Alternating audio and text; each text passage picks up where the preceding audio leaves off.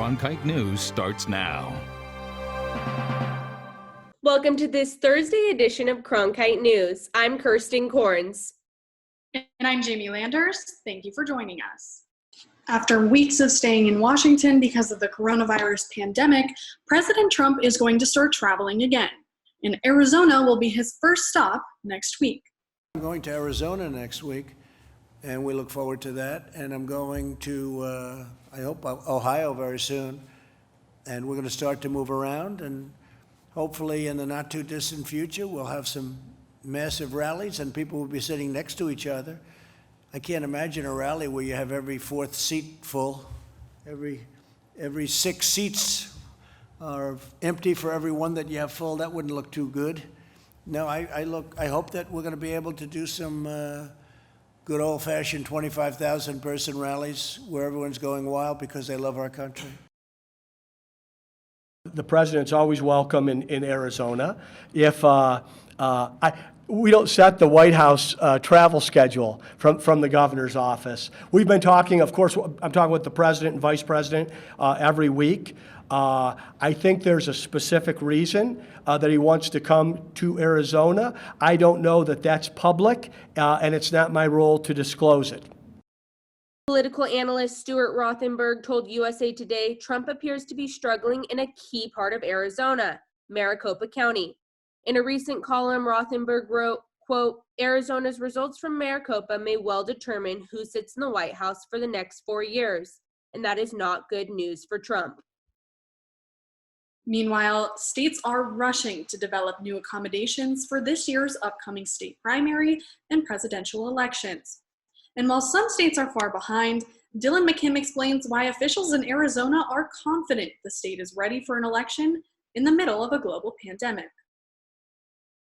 Arizona is ahead of the curve. So Arizona's been a vote-by-mail state for a long time. Arizona Secretary of State Katie Hobbs says counties have experience in conducting all-mail voting during jurisdictional elections, but they have never had the authority to do this for state and federal elections. We're in a good position to be able to move to this system. However, there are restrictions to an all-mail election. Even if we go to all vote by mail, there's accessibility issues, there are language accommodation issues, and in-person voting is really important to keep in place for those types of circumstances.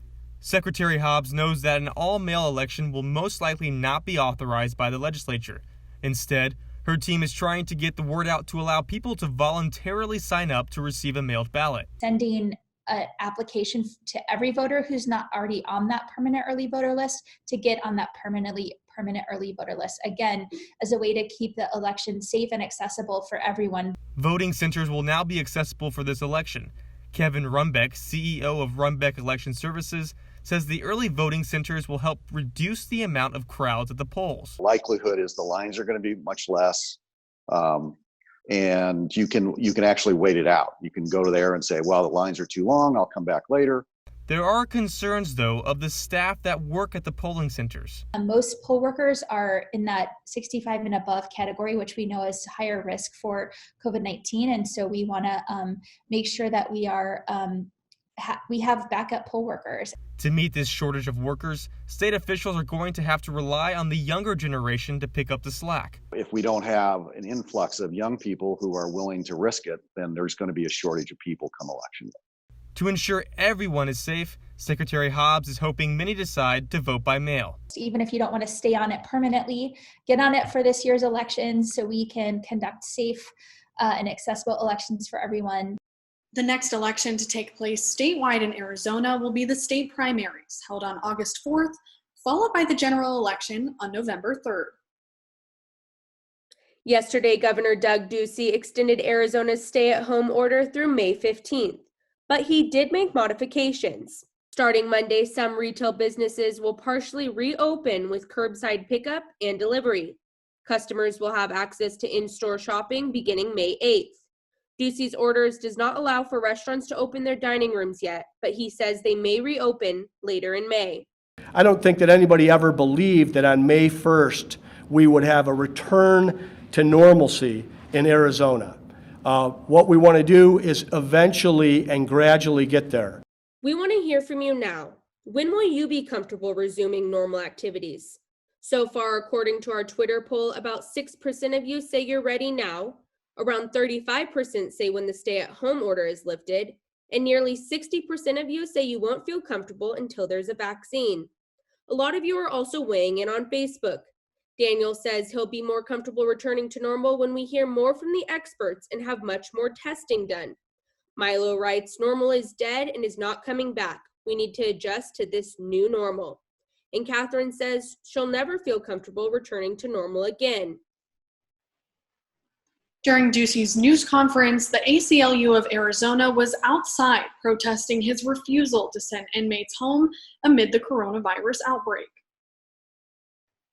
Members of the Civil Liberties Organization used fake body bags to get their message across, tweeting that they want Ducey to take immediate action and release people from prison. They wrote, "Failure to do so will result in needless suffering and loss of lives." A second inmate has died from the coronavirus in the Arizona prison system in Florence. About 2 weeks ago, the first prisoner death related to the disease was reported in Tucson. Critics say there's still not enough being done to stop the spread of COVID-19 in prisons.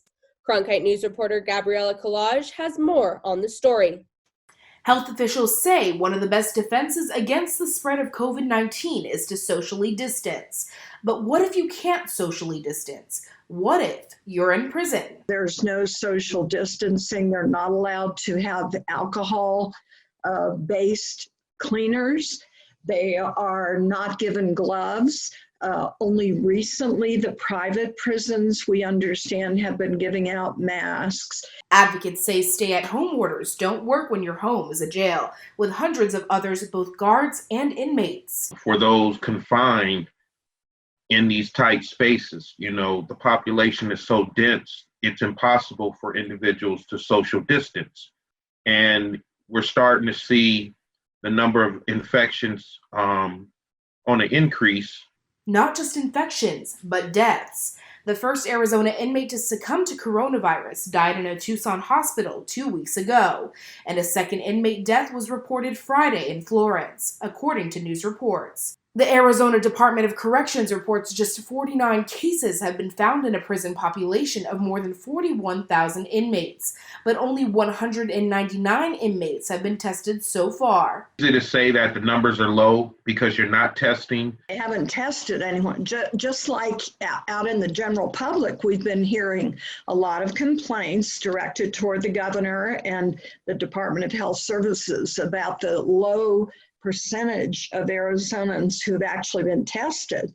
Those in the prison have few ways to protect themselves, Ham says. There's just a terrible shortage of cleaning supplies, soap. So every single thing that's been recommended for all of us to be doing as preventive measures is not able to be done in a prison. And the disease is not just a threat to inmates, but also the correctional officers watching them. Roughly 120 or so enter the prison from the community every month, newly incoming inmates. And then the staff are going in and out, 24 hours, 3 shifts a day. And they are all going home to their families, to their children, to the grocery stores, to the churches, everywhere where you and I shop. So we have to be concerned about this. She calls it a community safety issue, not just a prison issue. And the current handling is what Ham calls a blueprint for disaster. Whether you care about inmates or not, and many people don't, they have zero sympathy. Those staff members are going in and out of the prisons every single day. And so they are bringing whatever they pick up in the prison back out to the community. In Washington, Gabriela Collage, Cronkite News. News reporters say one correctional officers union has threatened a walkout over the conditions in the prisons. But our calls to the Department of Corrections and to a number of officers' groups were not immediately returned. Right now, the city of Wickenburg is planning to reopen for business tomorrow, despite Governor Ducey's extension to Arizona's stay-at-home order. The group, the Patriots of Wickenburg, is hosting a celebration in the morning to mark the city's reopening. Some of the businesses opening include Trader Joe's Southwest Gifts, Horseshoe Cafe, and Cody's Salon and Spa. The group plans to continue the celebration through Saturday. While the federal government is sending out $1,200 stimulus checks to people all across the country, there's a group who will not be getting financial help during the coronavirus.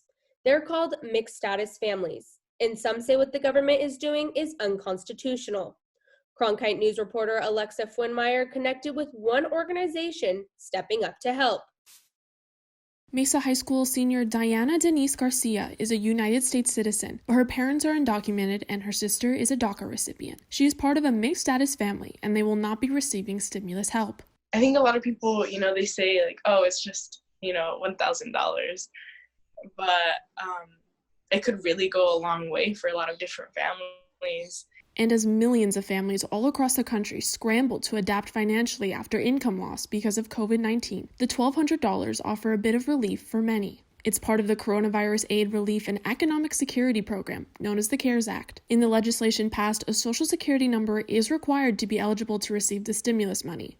A tax ID number, a common substitute for a Social Security number for immigrants without legal status, was only eligible in the case of an adopted child. U.S. citizens are also being left out if they jointly filed taxes with their spouse, who does not have a legal status. If you're filing taxes, even if you have an individual taxpayer number and you have everybody in your family filing taxes that has a social security number, but one person, let's say mom or dad, you would not be able to receive this economic relief, even if you would have qualified otherwise. I think mixed status families are always going to have a disadvantage from other families. Which is why Arizona pro-immigrant advocacy group ALIENTO has put together a relief fund for mixed status families. We wanted to really take responsibility and say that they were not alone and we were a community that was going to back them up. According to the Center for American Progress, about 16.7 million people in the country have at least one unauthorized family member living with them in the same household. In Arizona, 7% of the population live with an unauthorized family member. This week, the Mexican American Legal Defense and Educational Fund, a national civil rights advocacy group, sued the Trump administration on behalf of those U.S. citizens being denied government stimulus payments because they are married to undocumented immigrants. They allege this is unconstitutional. Even just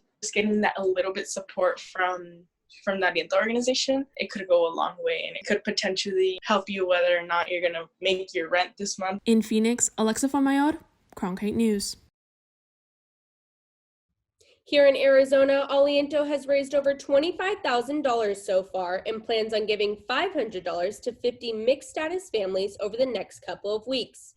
Cronkite News reached out multiple times to several Republican state lawmakers to get their take on this issue.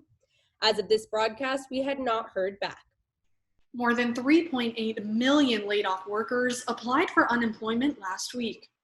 In the last 6 weeks since the COVID-19 outbreak began, unemployment levels have totaled 30.3 million claims. To put this number in perspective, that's more than the metropolitan area populations of New York and Chicago combined. It adds up to more than 1 in 6 Americans being unemployed. These are levels the United States hasn't seen since the 1930s. And with employers continuing to slash their labor in an effort to save money, economists predict these levels could get as high as 20%.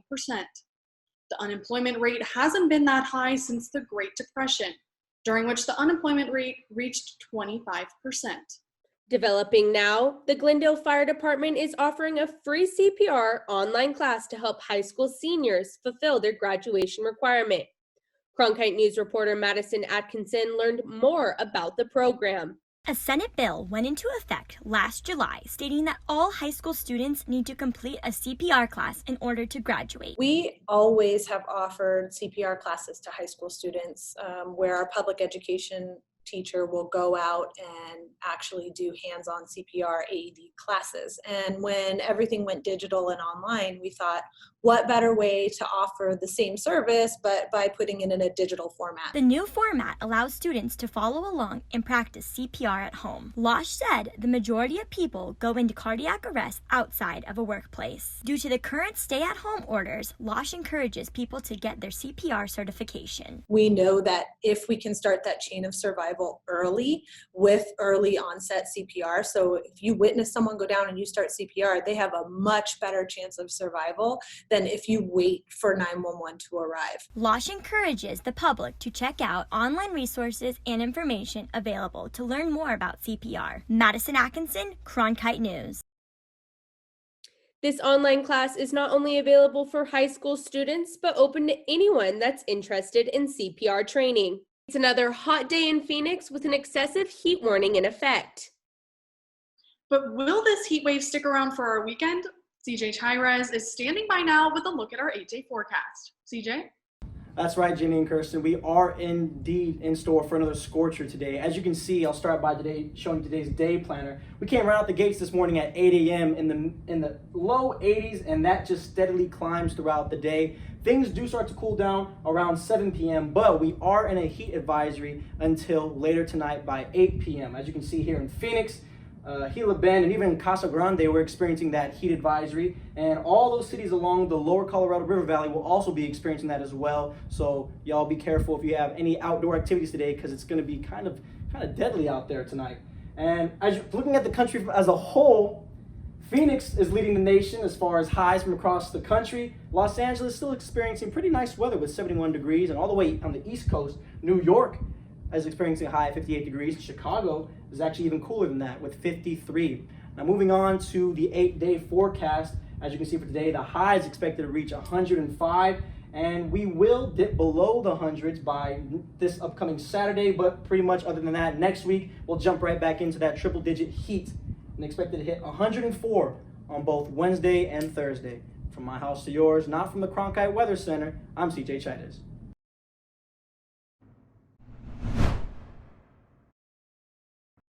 The accelerating spread of COVID-19 has led many Arizona-based companies to redirect their business plans in pursuit of a common goal, supporting the state's first responders.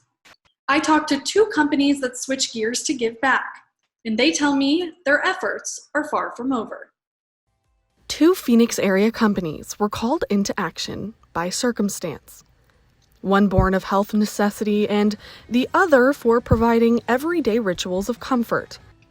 Artisan Color, a commercial printer located in Scottsdale, was motivated to get involved when they heard protective equipment was running low for medical and public safety personnel. So we did change gears, and we were able to buy some clear PETG material where it's clear, easy to cut, easy to use, cost effective, and our guys jumped on that right away. So we did some sample tests, and we found out it worked really well, so we were off and running. When the project is completed, KILBY says the 100 hours of manufacturing time will produce roughly 1,200 to 1,400 face shields.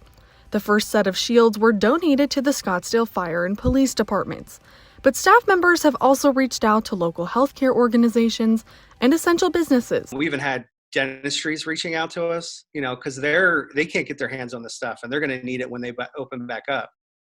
Food processing plants. So it's a lot of places that need this protective face shield that you wouldn't even think about. Another local company has turned the workday ritual of grabbing a morning cup of coffee into a new way for essential workers to get their daily dose of caffeine. We got people on the front line working crazy hours, and I read a post where this doctor said, I've got my cup, I brewed my pot of coffee, feeling my biggest thermos I have, and I'm going in to face the battle, but not without my coffee. And it was like, wait a minute, we can help with this. The caffeine kit includes an assortment of Cult specialty roasted coffees, K-cups, and tea bags. Cult delivers donated kits to hospitals, fire stations, and police stations in the greater Phoenix area every Friday. We're watching this horrific moment. We're watching people rise and really become unsung quiet heroes, trying to keep their own business going at the same time doing things to help their community. The first deliveries were sent out last week, and SCHATZ said the response was overwhelming.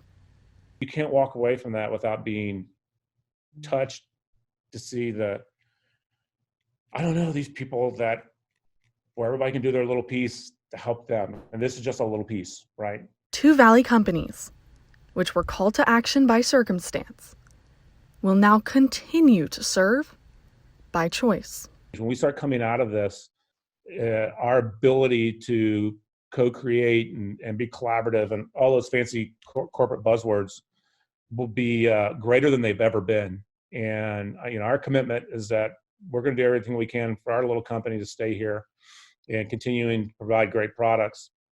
And we're going to do everything we can to help our customers do the same thing. We want to hear from you about other acts of humanity during this crisis. If you or someone you know is stepping up to help others, please email us at cronkitenews@asu.edu. That's it for Cronkite News. From our homes to yours, thanks for watching. For Arizona news updates throughout the day, follow us on Facebook and Twitter. And find us online at cronkitenews.azpbs.org.